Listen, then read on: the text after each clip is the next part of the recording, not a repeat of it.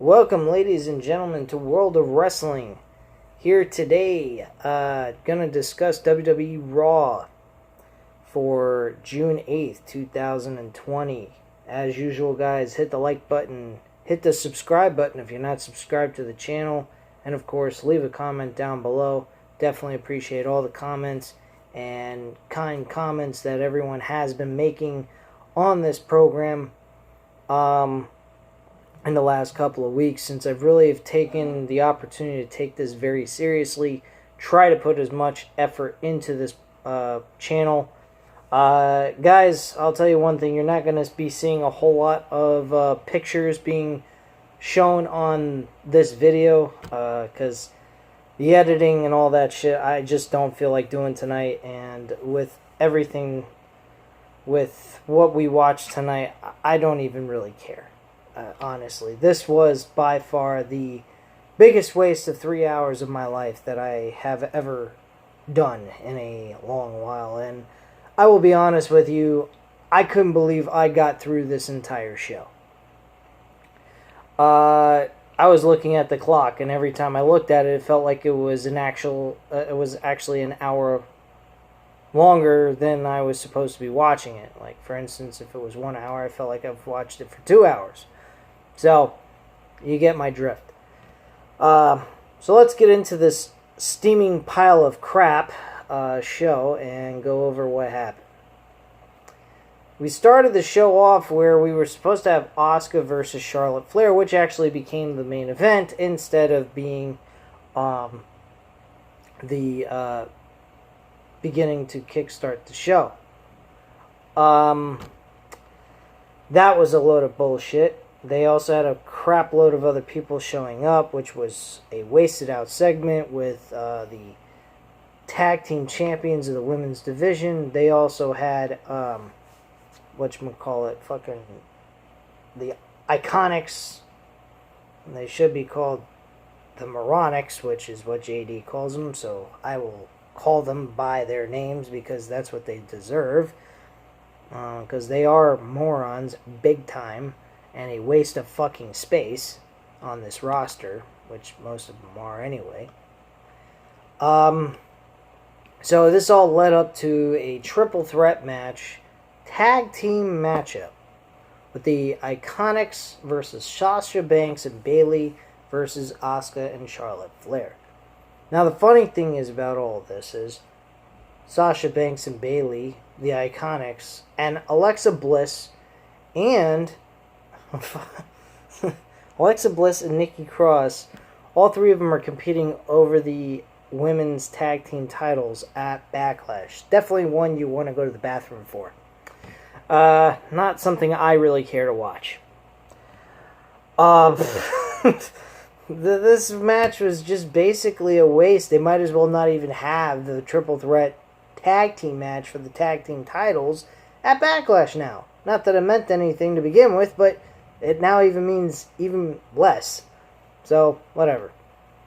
Asuka and Charlotte Flair actually win the match. Charlotte Flair was supposed to hit a moonsault, which, by the way, I will admit this. I'm a fan of Charlotte Flair's, but I gotta admit, her fucking moonsaults are terrible.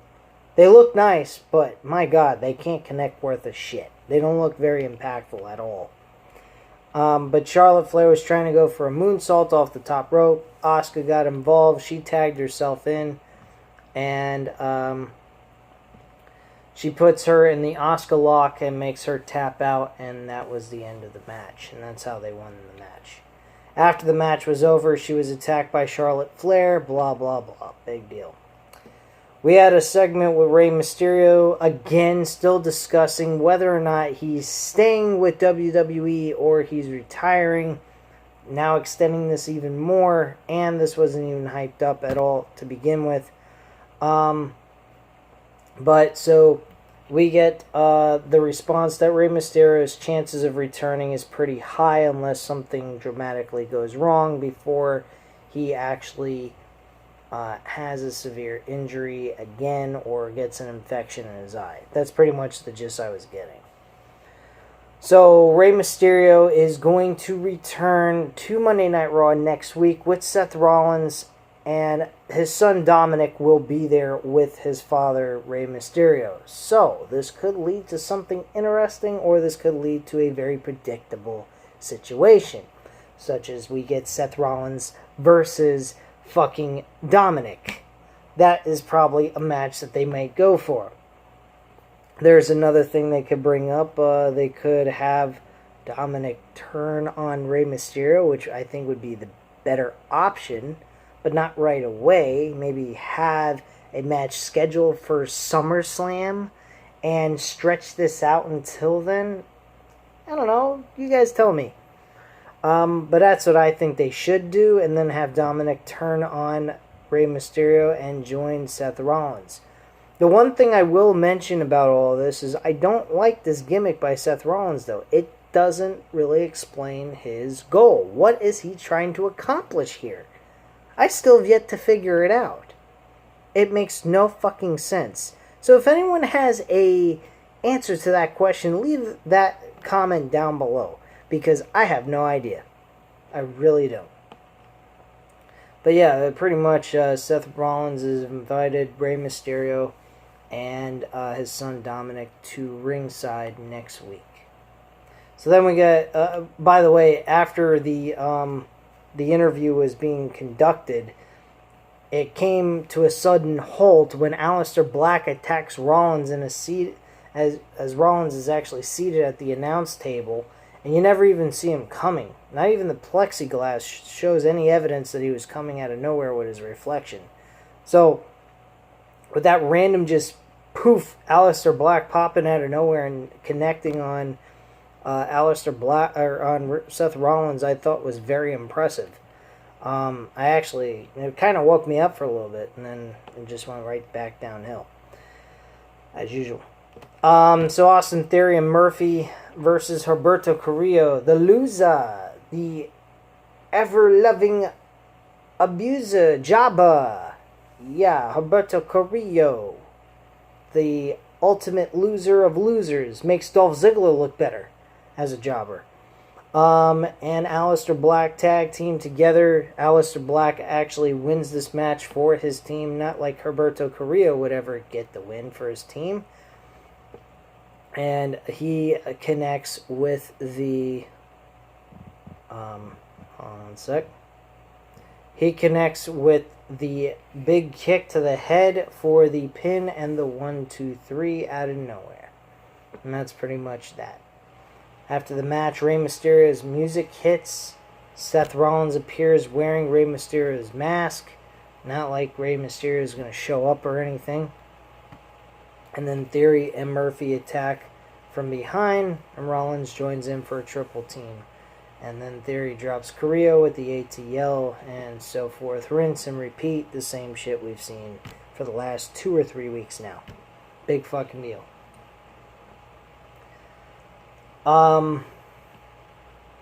Orton is interviewed about the whole situation with Edge being on the Peep Show with Christian tonight and so forth, which was probably something that should have been the main event of the show, the last segment we saw.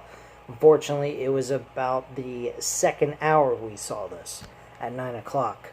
So I don't know why the fuck we saw this at 9 o'clock when we should have seen this at the end of the show. Don't quite get it, but whatever. This was more of a main event, last segment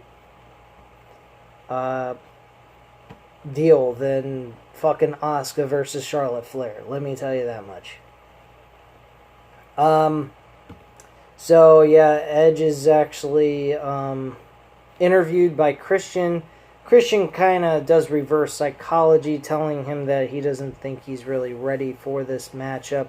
He thinks he's not really prepared, nor does he have any faith in himself. How does he expect to beat Orton, a guy who's been doing it for the last 9 years and constantly doing it year after year without taking a serious break for a long period of time?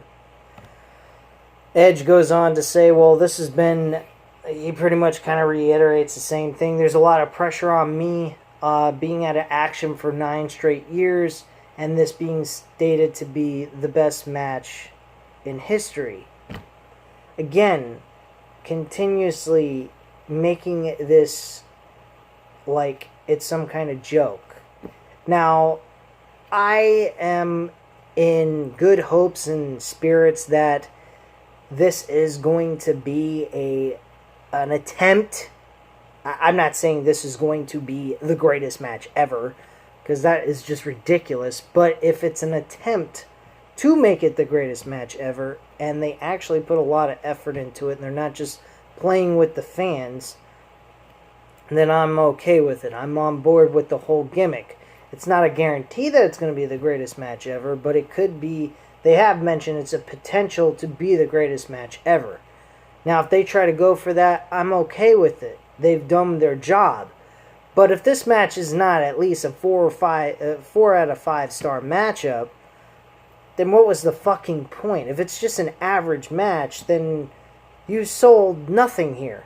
You didn't even try to push the needle here. It was a joke. And the joke was on us, basically. And it probably will be, because I'm not expecting much out of this, but I'm hoping with the hype up and all the bullshit that they keep throwing at us with this greatest match ever, that they may actually attempt to do something that's impressive. So, I don't know. But they got Edge really hyped up. He started getting mad at Christian, feeling Christian was just trying to insult him, and it really wasn't an insult. Then Orton appears on the Titantron, and he says that the Edge redemption story is over, and it's done with, and you're done as well. And then Edge goes ahead and says, after his portion of the segment was done, he goes ahead and he says, no, it's not, and he takes the microphone and slams it on the ground. I will say one thing, the look in Edge's eyes was fantastic. I absolutely love that. It definitely reminded me of back in the 2000s when he was right in his prime in the midst of world championship runs and so forth. I mean, it was great to watch him just express that type of emotion, raw emotion, which you don't get to see much on WWE at all. So we get R-Truth getting full Nelson by Bobby Lashley while he was talking to MVP, telling him, hey, look, I'm trying to hide from everybody, not that anyone's chasing after him for that championship anymore, since there's a pandemic. So who really fucking cares? That was a waste of time. So we get the video package of the fucking anything you can do, I can do better bullshit with the Viking Raiders and Street Profits. This was some kind of decathlon bullshit between the two teams, which was 10 games, 10 competitions in one, and they ended up being a tie anyway. And then at the end, the announcer says, we really should have made this an odd number. Gee, you really think so, huh? I wouldn't have guessed that. You know, maybe best out of 7, that would have worked. I mean, fucking Street Profits would have won, but hey, who gives a shit? At least it would have made sense. This made no sense. Was it funny? Out of all the segments that we've seen with these two guys doing this shit, I would say so. I mean, it got me to laugh a little bit. But, quite frankly, it had me thinking, what are they doing with this tag team division? It's absolute garbage. So, no big deal there. We had a triple threat number 1 contenders match for the United States title. Kevin Owens versus Andrade versus Angel Garza. And Andrade picks up the victory after Kevin Owens connects with a stunner. And Andrade kicks Kevin Owens out of the ring and covers Andrade for the 1-2-3. And that was basically it. Vega also gets knocked down, and she was pretty pissed off, and she was not feeling well either. During a segment, they actually cut to that scene, and she expresses her dissatisfaction by these two and how they've been acting towards each other. So she was kind of pissed off and told them to get lost. And that was that segment completely. So let's go to something that's more important. So we get a thing by Kurt Angle mentioning about the Edge versus Orton match at Backlash, and Kurt Angle selecting Edge to win this match. Now I'm going to say this, Kurt Angle really needs to stop doing these kinds of segments. He's reading off of cue cards. You can easily tell that he is. He keeps looking up instead of straight at the fucking camera. I don't know why they just don't give the man the ability to speak his own mind and let him sound, genuine and himself instead of sounding like he's reading off a fucking script. I mean, the guy is just here for a one time only, and even there live to begin with, to give his opinion. Why not just give the man the opportunity to just speak his mind and say what he wants? I think that was ridiculous. So now we go to the ring with MVP. He's out there with the VIP lounge. His guest is supposed to be Bobby Lashley, but it ends up being the WWE champion. The crowd's chanting Drew. He hits the ring. Drew jokes around with MVP about giving him a grand introduction, but forgets to mention that he's WWE champion and that they are good friends now and that they forgive each other and so forth. And MVP says we're not friends at all and blah blah blah. Big fucking deal. None of this mattered. I'm really not looking forward to this WWE Championship match, though granted, I will admit, I think Bobby Lashley versus Drew McIntyre might be a surprise matchup for all of us to watch. I think we will all enjoy that matchup, despite the fact that a lot of people probably don't care for Bobby Lashley that much. But I think we will get a solid matchup for a WWE Championship. I don't see this ending the show. I think it's Orton versus Edge as the main event of Backlash, so definitely look out for that, because I'm not expecting the fucking World Championship to be the main event. And definitely not the Universal title. Fuck no. That's a fucking match you can go to the bathroom and take a piss for like 15 minutes straight and you won't miss a thing. Match will probably be over before 15 minutes. So who the fuck knows? Not anyone takes a piss for 15 minutes unless you got a really fucking... You sucked down a lot of liquid in one day and didn't take a piss all day. Anyway. So, Bobby Lashley comes out, though, and then the Street Profits, the fucking Viking Raiders come out to back up Drew McIntyre, which I don't know where that came from. Were they starting to form a fucking faction, and the Street Profits and the Viking Raiders have gained respect for each other, and they're not going to care to compete over the tag team titles now? Give me a fucking break. So MVP and Bobby Lashley go one-on-one against the Viking Raiders. Well, tag team versus tag team. And Bobby Lashley submits both Viking Raiders. Both Ivar and Eric. Pretty fucking pathetic. Definitely tells you by Vince McMahon that he don't care about the tag team division. Drew McIntyre finally shows up. Claymore kicks Bobby Lashley in the head. And he kind of walks off, and that's that. The last match on the card, and then I'm closing out this entire thing because I am just tired, fed up of talking about this fucking shit product. My God. Asuka versus Charlotte Flair became the main event, of course, as I already mentioned.